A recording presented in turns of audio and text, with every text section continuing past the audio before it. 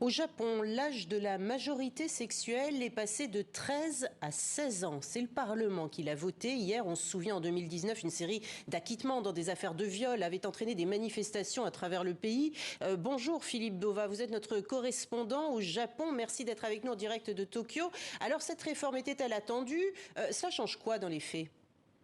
Oui, bonjour Isabelle. Alors oui, dans les faits, pour l'ONG japonaise Human Rights Now, c'est un grand pas en avant. Et c'est un grand pas en avant qui va envoyer comme un message à la société japonaise que les actes de violence sexuelle contre des mineurs commis par des adultes sont inacceptables. Alors depuis une loi datant de 1907, l'âge de la majorité sexuelle au Japon était toujours de 13 ans.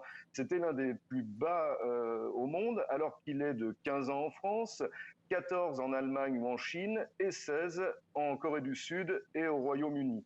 Le Japon s'aligne donc sur son voisin sud-coréen. Dorénavant, selon la réforme votée hier, tout acte sexuel commis sur une personne de moins de 16 ans sera considéré comme un viol, mais les actes sexuels avec des personnes de 13 à 15 ans ne seront punissables que si l'auteur ou l'accusé a au moins 5 ans de plus que la victime. Alors la réforme prolonge aussi de 5 ans le délai de prescription pour poursuivre les crimes à caractère sexuel et définit également une nouvelle législation qui punit d'une peine pouvant aller jusqu'à 1 an de prison et d'une amende de 3 250 € pour les personnes utilisant l'intimidation, la séduction ou l'argent afin de rencontrer des mineurs pour les contraindre à des actes sexuels. Enfin, une nouvelle loi qui punit dorénavant aussi, et c'est tout nouveau au Japon, une nouvelle loi punit les actes de voyeurisme via des photos ou des vidéos volées. Et cette nouvelle loi